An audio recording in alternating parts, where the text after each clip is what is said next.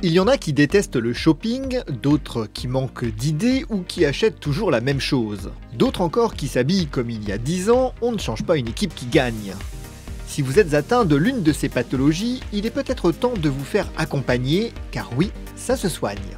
Direction le Bon Marché Rive Gauche, le magasin a fait les choses en grand, dans un salon cosy au cœur d'un étage entièrement réservé à la mode masculine, accessoires et souliers inclus, les éclopés du style sont choyés.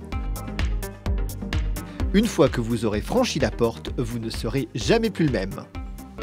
En matière de shopping, les hommes sont très différents des femmes. Alors il y a des femmes qui détestent le shopping, des hommes aussi, des hommes qui adorent ça.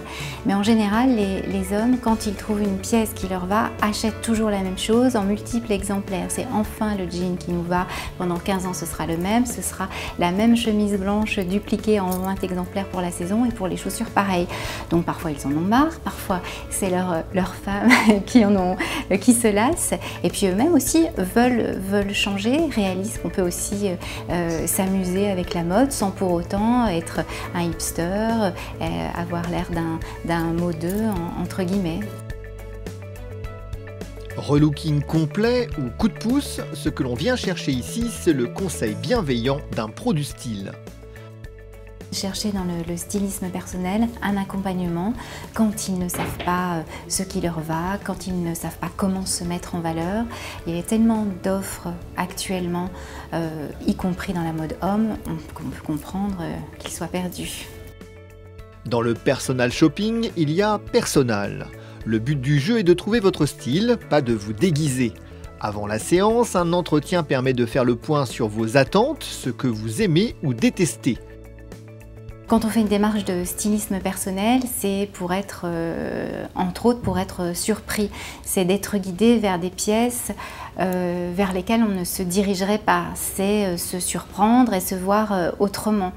Et ce n'est pas, surtout pas se déguiser, mais c'est se retrouver dans des vêtements inhabituels, dans des coupes, dans des couleurs, voire dans des imprimés. Alors il ne s'agit pas de bousculer la personne, ça marche pas, c'est pas du relooking, mais c'est de l'amener tout doucement vers autre chose, vers une coupe différente, vers un slim ou pas, vers un pantalon plus large. C'est vraiment se redécouvrir. La mission du jour d'Isabelle, trouver pour Fabrice une tenue de week-end décontractée et élégante qui renouvelle le tandem jean-polo. Je cherchais une tenue qui soit un petit peu chic, décontractée pour le week-end, que je puisse mettre par exemple le vendredi pour aller travailler et ensuite partir en week-end. Quelque chose qui soit relativement classique et sans que ce soit trop extravagant parce que ça ne correspond pas à ma personnalité et à ce que je porte d'habitude.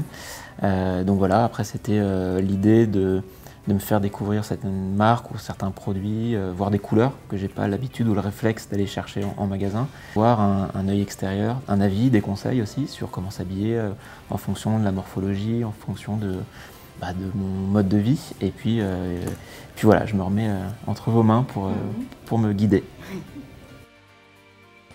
Le brief est clair. Dans la sélection d'Isabelle, pas de quoi effrayer Fabrice a priori. Mais il ne va pas tarder à s'apercevoir qu'il y a veste et veste et qu'un pantalon peut en cacher un autre. Isabelle n'impose rien. Elle laisse Fabrice essayer d'abord les pièces qui lui plaisent le plus avant de l'inviter à s'aventurer hors de sa zone de confort. Premier look, un chino bordeaux et une veste grise en laine créent la surprise. La coupe étroite du pantalon, associée à des boots effilés, compose une silhouette un brin rock. C'est trop pour Fabrice, qui préfère calmer le jeu.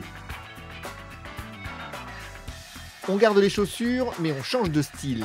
Un chino moutarde plus large, une chemise bleue, un chèche et une veste. Fabrice est tout de suite plus à l'aise.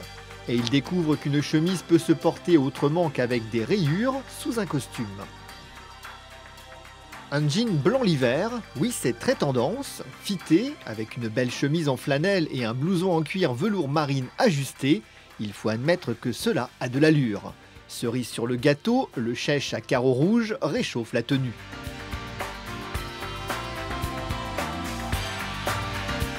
Fabrice nous fait quelques refus d'obstacles, la chemise à motif, le pull framboise en laine bouillie, c'est trop pour lui. L'expérience est concluante. Fabrice s'est pris au jeu et a eu de vrais coups de cœur pour des pièces auxquelles il n'aurait jamais jeté même un coup d'œil. Je pense en toute sincérité que je suis l'homme le plus insupportable en termes de course de vêtements. C'est la routine, c'est le même magasin, c'est les mêmes rayons. Et en 5 minutes, il faut que ce soit plié. C'est la même taille, c'est pas de surprise. Alors que là, maintenant, j'ai envie d'aller vers des nouvelles marques, des marques qu'on m'a fait découvrir, des nouveaux matériaux, des nouvelles couleurs. Et je suis très surpris parce qu'entre le moment où je suis rentré, les pièces que j'ai vues en me disant ça va m'aller, ça je veux repartir avec ou ça je veux l'essayer, et celles qui m'ont effectivement plu, ce ne sont pas du tout les mêmes. C'est-à-dire que là je vois un pull bleu marine. D'emblée c'était ma référence, c'est ce que je porte tout le temps par facilité. Et bah, c'est la pièce qui m'attire le moins maintenant en ressortant de cette expérience.